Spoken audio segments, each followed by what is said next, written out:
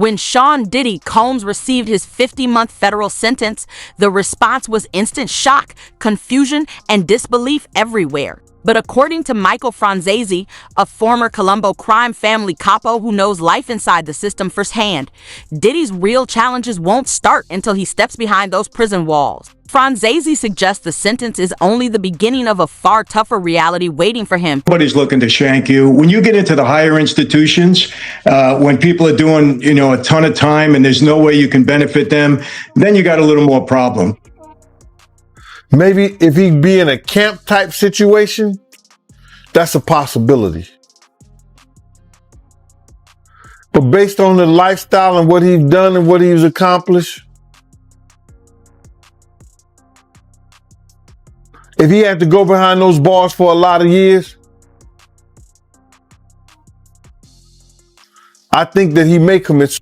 Franzese explained that, despite all the noise surrounding the case, Diddy's attorneys managed to steady a situation that could have easily spiraled. He believes the judge took everything into account: the long trail of controversy, the relentless media spotlight, and the emotional statements from Diddy's family. In the end, Diddy received just over 4 years, a sentence many insiders say could have been far more severe. Pointed, although he really shouldn't be. I think, a 4-year sentence here with already credit for the year or so that he has in, I think he did very well with respect to all of the drama and all of the circumstance around this trial.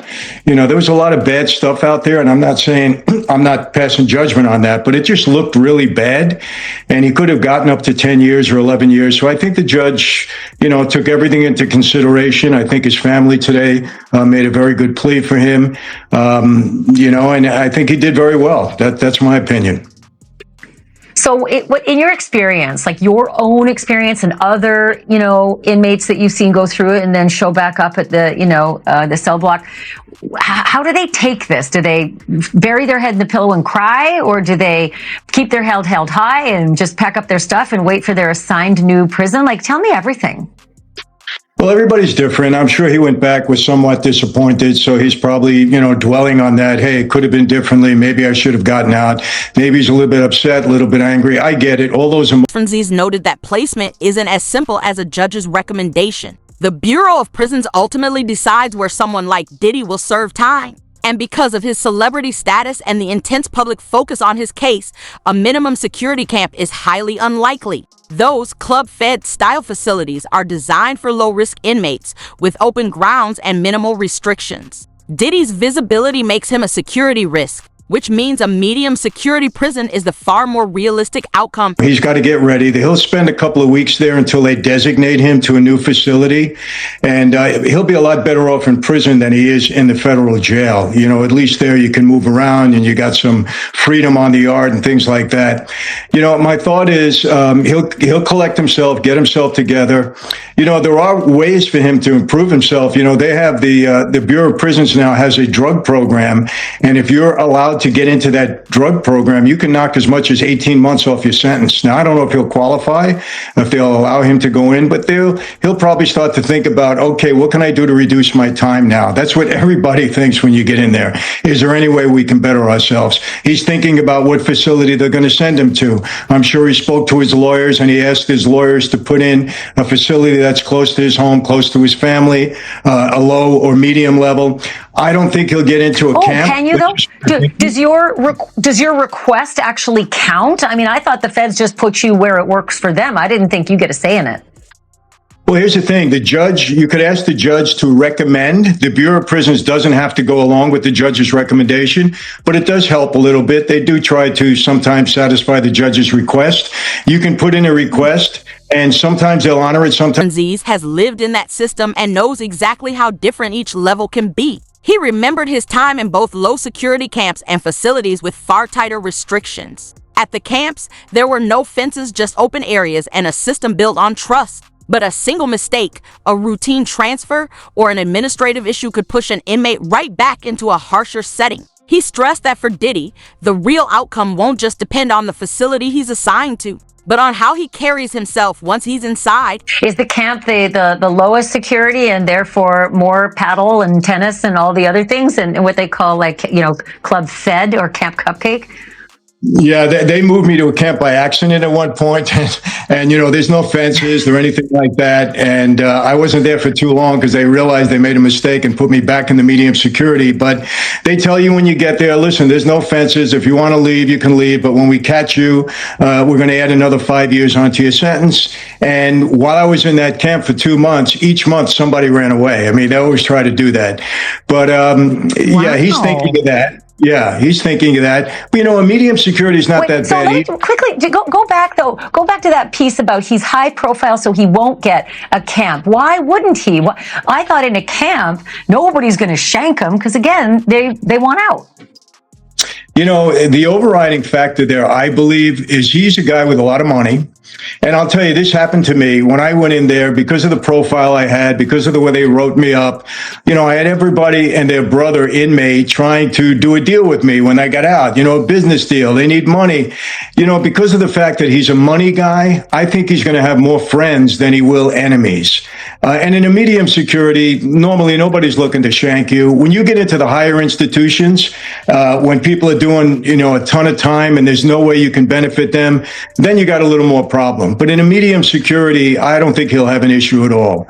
I really don't. He can be too much of a benefit to inmates that are always looking for something. And he could be a golden ticket for some people, at least in. For Diddy, the challenges ahead will cut deeper than anything he faced in the courtroom. Prison strips away comfort, routine, and the world he's used to, leaving a level of isolation that forces reality's fame often shields .so what happens next. His legal team is pushing to place him somewhere closer to his family, ideally in a safer and more rehabilitative setting. But Gene Deal, Diddy's former bodyguard, isn't buying the wave of sympathy surrounding the sentence and believes none of it is deserved. The artist got him dropping to his knees at the time of the verdict, crying on the chair.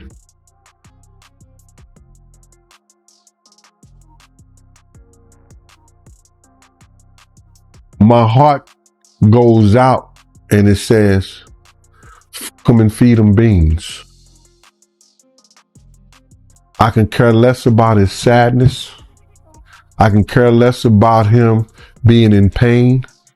I can care less about what he has to be faced with in court or in jail now. I don't have no remorseful feelings for him, bro. You understand? This is somebody that at one time I would have given my own life for. And to know this nigga was trying to get people to take my life because I was trying to teach them to be right by people and tell them to be right by people. I have no remorse for this dude, bro. To see him like that, I know there is a God. And you can feel all the way you want to feel about me. You can say whatever you want to say about me. But karma is a mother. And if it ever gets back to you when you have done somebody wrong, not just me, I'm not saying me. I'm saying when you have done people wrong, you have done goals of people wrong, to see him on his knees begging like that,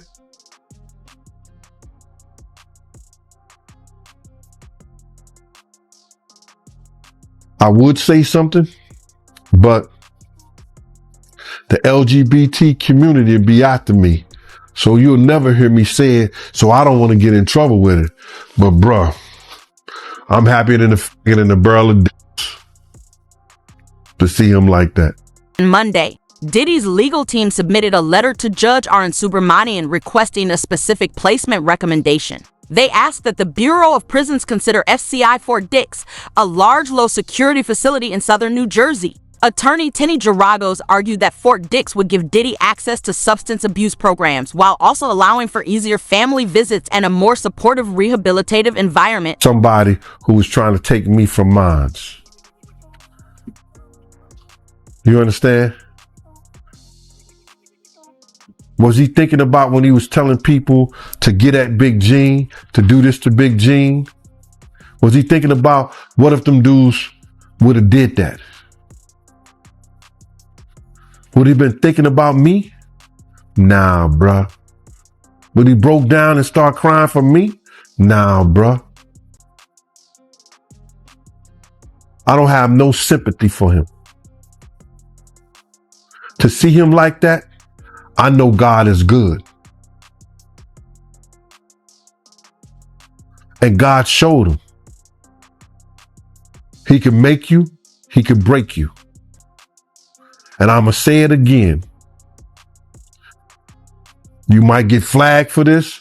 I'm happier than a figure in a barrel of dicks, bruh. Don't you see the smile on my face? Bruh, I'm going to be totally honest with you. I don't have no sympathy at all.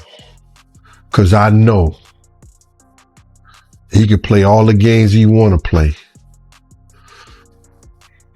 Did he have sympathy when he said, I don't give a fuck if Pac gotta die.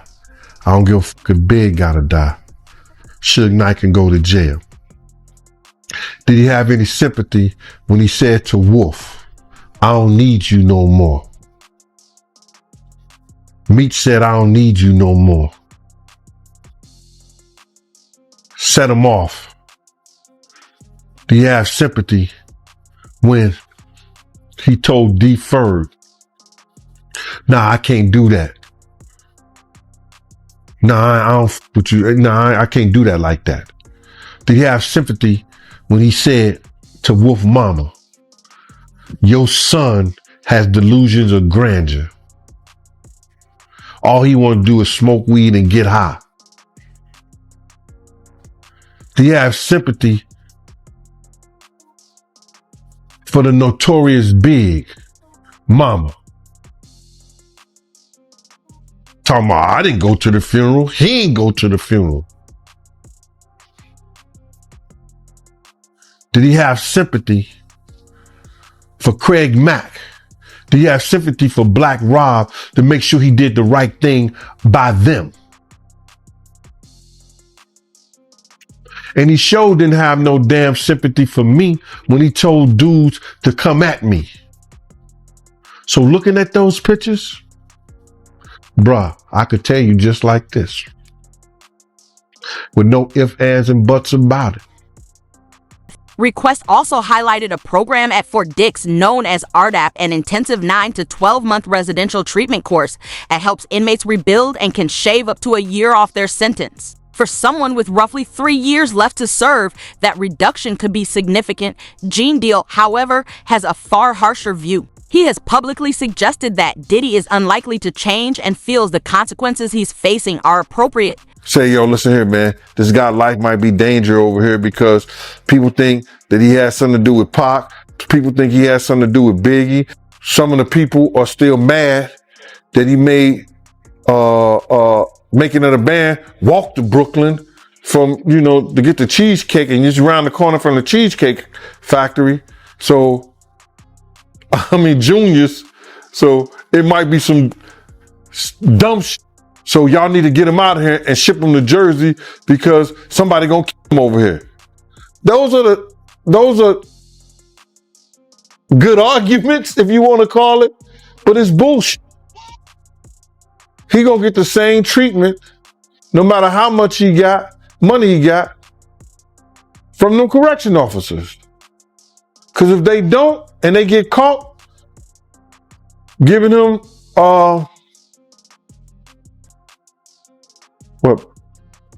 preferential treatment, they gonna lose their job. So you feel like Pac fans will try to do something to him? Pac and Biggie fans. He can have issues with both of them because a lot of people think, because of the statement that Keefe D made, that he did something to Pac. A lot of people know or think that because of Biggie leaving, they finding out that Biggie was leaving Bad Boy, that he may have had something to do with Biggie.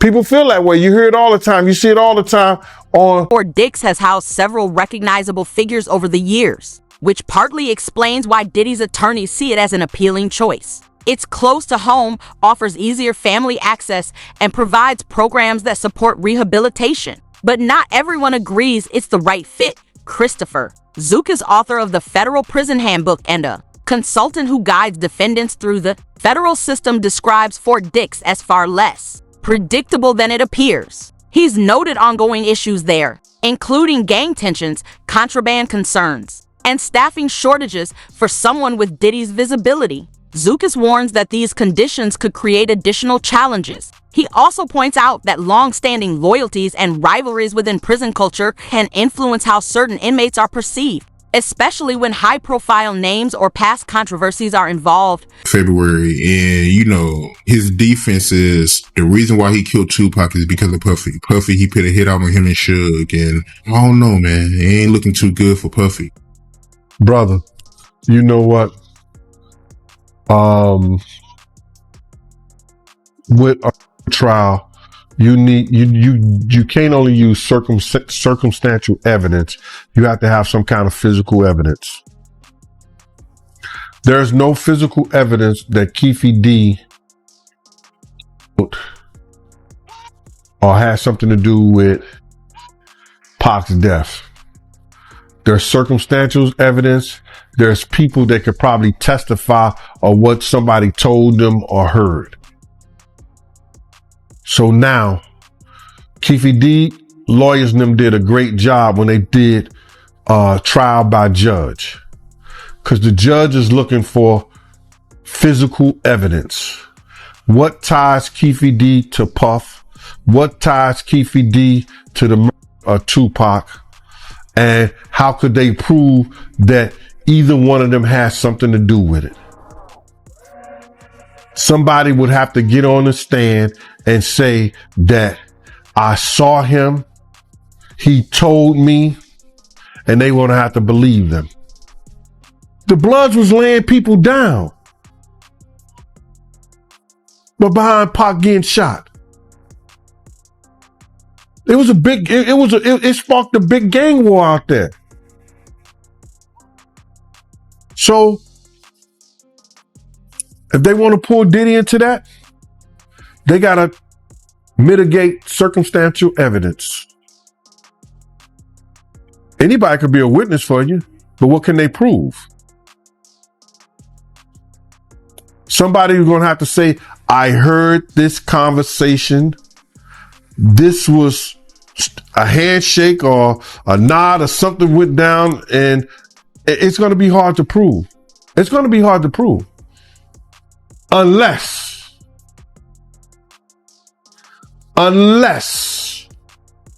they follow the money. Has recently suggested that Diddy could face additional legal challenges sooner than expected, hinting that new developments might bring more attention to his past actions.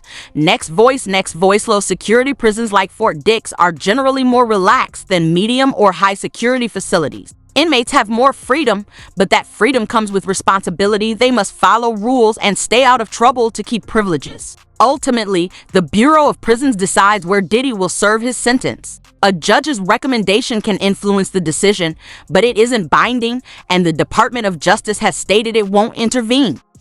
And look, after talking to all the male escorts, I got a very clear idea that Cassie was with it. Oh, listen, I say all the time. Cassie was with it. She would pick out the guys. She would want to do stuff with the guys, even when the guys were over it. You know, she would run into the guys randomly, then call Diddy, said, oh, I saw so-and-so downstairs. Let's call him up. She didn't have to do that. Diddy was Nino Brown. Cassie was G-Money. Okay.